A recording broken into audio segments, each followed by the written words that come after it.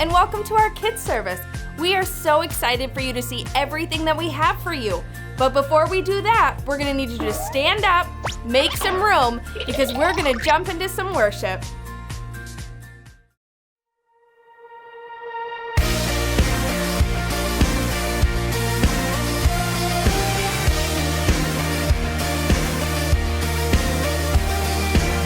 Who breaks the power of sin and darkness? Whose love is mighty and so much stronger? The King of glory, the King above all kings. Who shakes the whole earth with holy thunder and leaves us breathless in awe and wonder? The King of glory,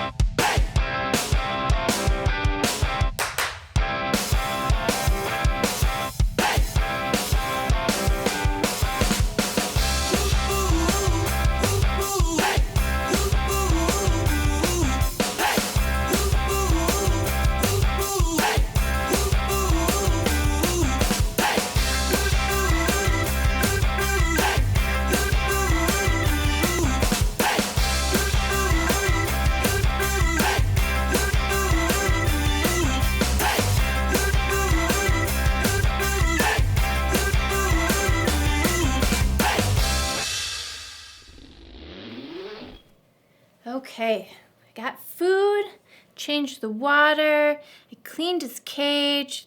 Okay, I guess now we've got one more thing left to do. Oh, hey everybody. I was just finishing up some of my chores I have to do with my pet chinchilla, Mr. Giggles. But I'm so glad to see you. These chores can wait. There's no better way to start the new year than by spending time with you here in kids.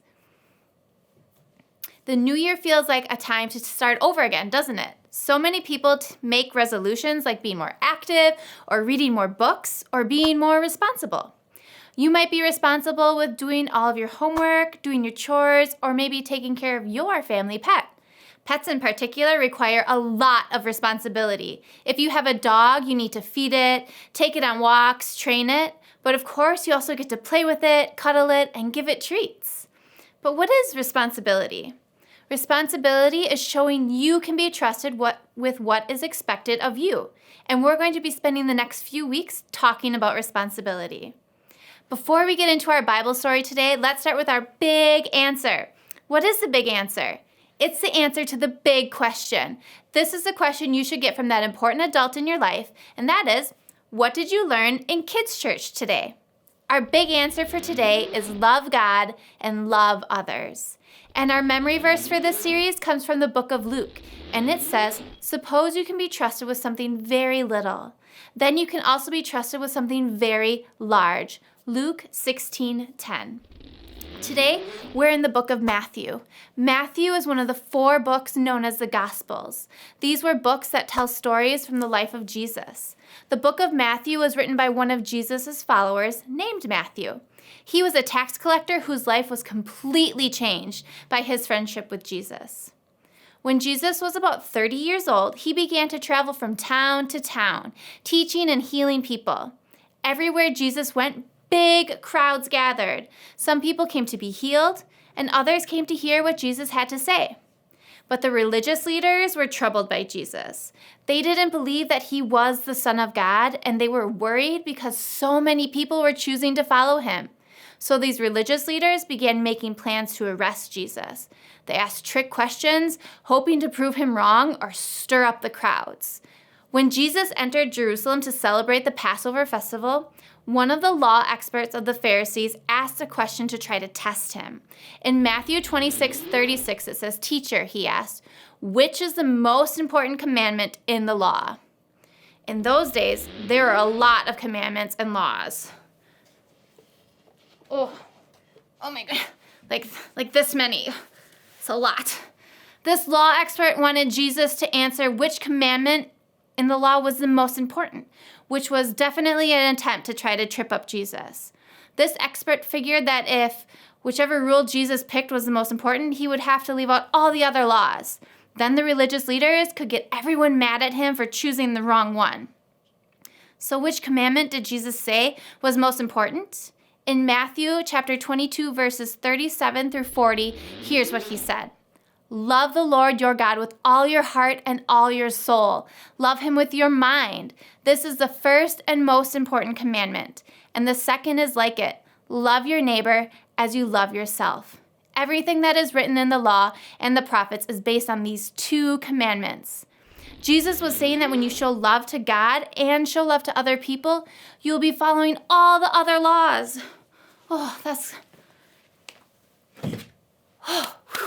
That makes things a lot easier to follow and understand. It's not about keeping track of a long list of rules. When we follow Jesus, God sends us the Holy Spirit to be with us and to guide us.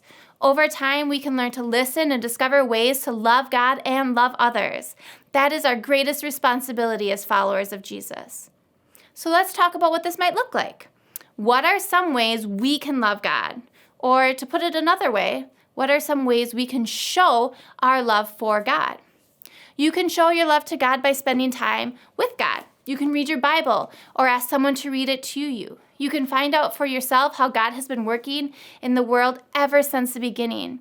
You can read about all the amazing things Jesus said and did. Of course, you can also spend time with God by praying. You don't need one of these. You can just talk to God anytime, anywhere about anything. You can tell God about all the great things and all the hard things in your life. You can ask God to give you the wisdom and strength you need to face whatever you're going through. Can anybody tell me what this is? That's right, it's one of our Kid Connect cards. You can spend time with God by doing what you've already done here, coming to church or watching online and learning more about God. Plus, you can also connect with others who want to learn more about God too. Those are some great ways to show love to God. And do you know how we can also show love to God by loving others? Remember what Jesus said? Love the Lord your God with all your heart and all your soul. Love him with all your mind. This is the first and most important commandment. The second is like it. Love your neighbor as you love yourself. When we show love to others, we show love to God because every single person in the world has been made in God's image.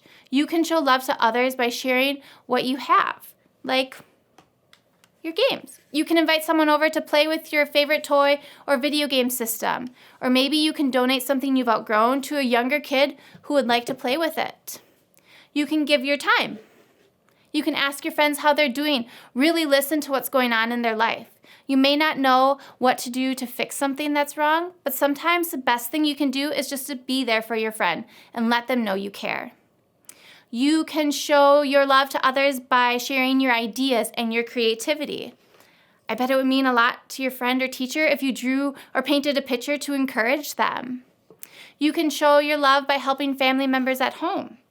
For example, when your mom or dad or grandma is washing the dishes, offer to help wash them too. You can also use your words to say thank you and show your love, or by writing a thank you note, or just letting someone know that you're glad that you're their friend. What did Jesus say is the most important? To love God and to love others. Just as Jesus said, when we focus on these two things, love God and love others, we can know that we are all following God's laws. Jesus really did make it so simple. It's not easy, but it is simple. Our relationship with God isn't about a bunch of rules. We're designed to need God so we can discover what it looks like to love God and love others. That's our number one responsibility. We can show love to God by reading the Bible, praying, or coming to church. We can also show how much we love God by the way we love other people. If you're not sure how to love someone, just remember that we should treat others how we want to be treated. Think about that when you want to do something for somebody. Do that what you'd want them to do for you. And remember, everyone experiences love differently. For some people, spending time together is the best way to experience love. And for others, being helped makes them feel love. Some people really love it when you share encouraging words. Just pay attention and think creatively about how you can share God's love with the people around you. Our greatest responsibility is to love. We were created to love God and love others, and we know that God is always there to help us live that out each day. Just like our big answer says, love God and love others. All right, I've got to get back to this list of things to do for Mr. Giggles. I'll see you guys later. It's time for Memory Verse Breakdown!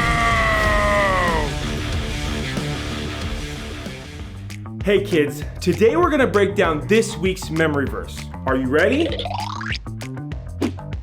Okay, here's this week's memory verse. You think you got it? Try saying it out loud.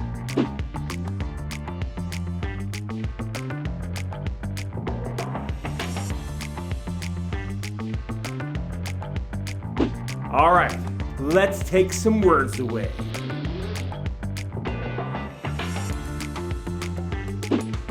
You think you still got it?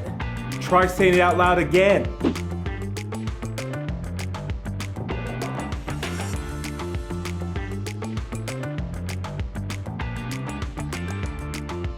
All right, let's bring those words back and see how you did.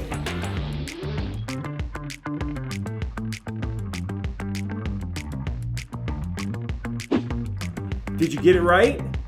Awesome. Well, that's this week's memory verse breakdown. How'd you do? Memory Verse Breakdown!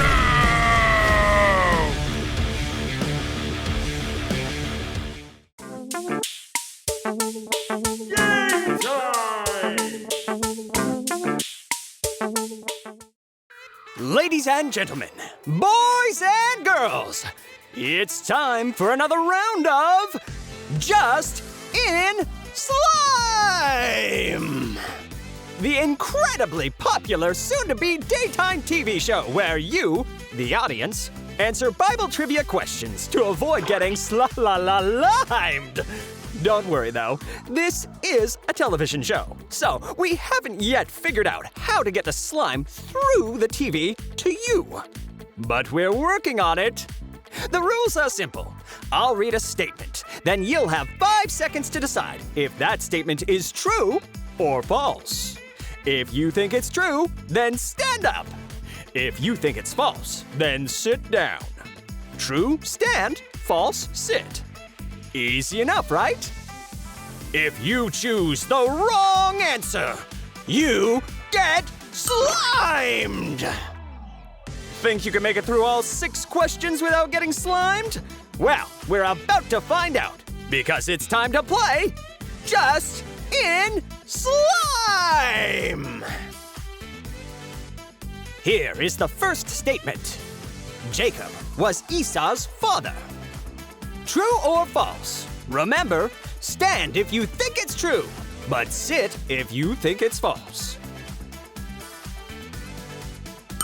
Okay, time's up.